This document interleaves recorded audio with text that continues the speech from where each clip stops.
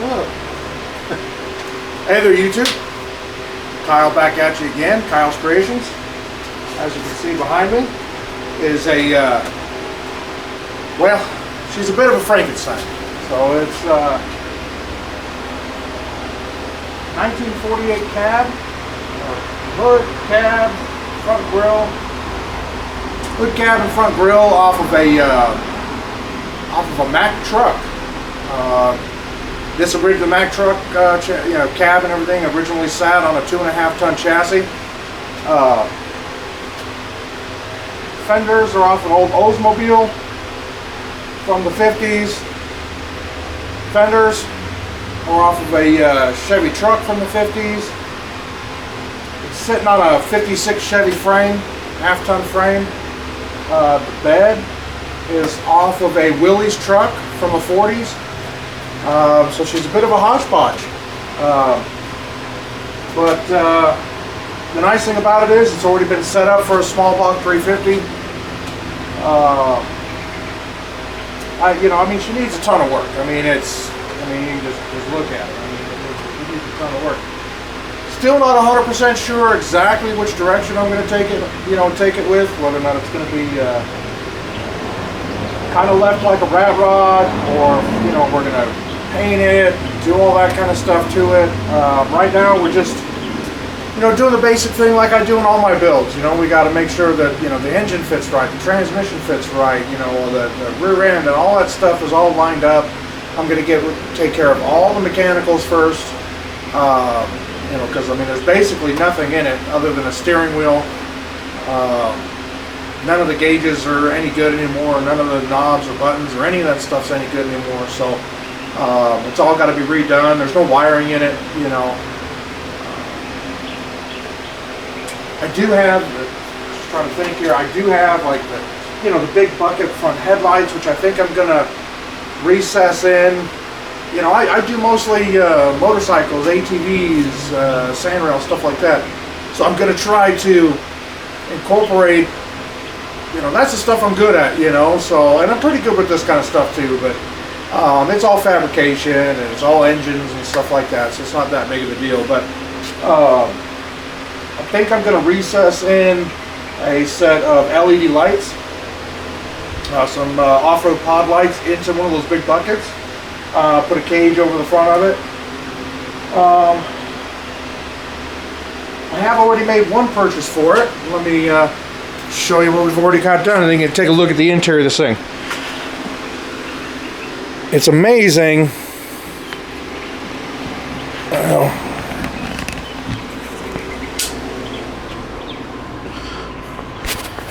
We'll take a quick walk around here first. As you can see, nothing in there. Kind of what the grill looks like. The side panels that were originally here were pretty screwed up. I cut, it had this louvered grate in it. I've since cut those out and welded up the holes. This one got a little warped. Nothing that we can't figure, straighten back up reasonably. And I'm going to cut those into the hood. I think it's going to be kind of cool.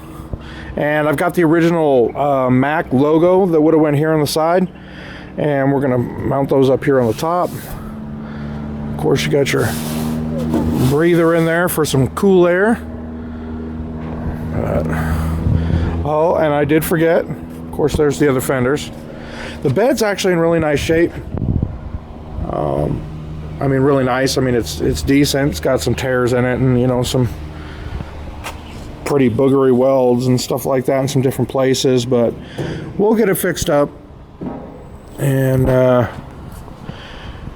of course, it has a Dodge tailgate, which I'm not sure what the heck that's from.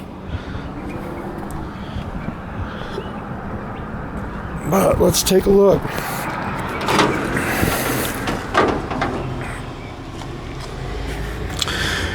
There's the interior for it. Kind of a cool deal, and I'm not as 100% sure how these were driven, but you can see that they've got some hydraulic lines here that run down, and these, I don't want to move it too much, but this goes back and forth to operate the windshield wiper. And I think what you did is you already had hydraulic pressure in here, and I think that you moved that lever one way and it started the windshield wiper, and then when you set it back to its rest position, it would stop it, I think. Again, one thing that we did do to it already is I found some seats for it. It did have the original bench seat in it, but you know, it's nasty, it's uncomfortable, there's no seat belts.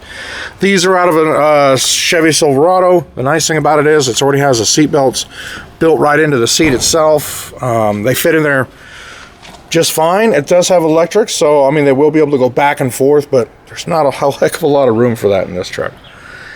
So gonna have to figure out and source the handles. The door locks do work to a certain degree. Of course, there is no actual key lock. These do work, but getting these, I'm having a very difficult time getting these things to operate properly. I'm thinking about doing some like magnetic door locks or something on it. I don't know, but I've got to figure that out. That's definitely a tough one. And this is, and let's see if you guys can read it, but it is the Mack EQT. Of course, somebody took the dog, the bulldog that would have been up here. I'm gonna have to try to see if I can't find that too, or at least, you know, just a bulldog. But there she is. Take a look around here. Well, not a lot of leg room. Somebody had a nice wooden steering wheel in here one time. I've got an idea for that. Take the old wood off. I think I'm going to try and weld a chain around it. But she needs a lot of love. I think my next thing is going to be I'm going to start going through here and taking all the gauges out and all the old crap up underneath the dash and see if I can't get that glove box to work. You know, there originally was a seat section here that raised up the seat.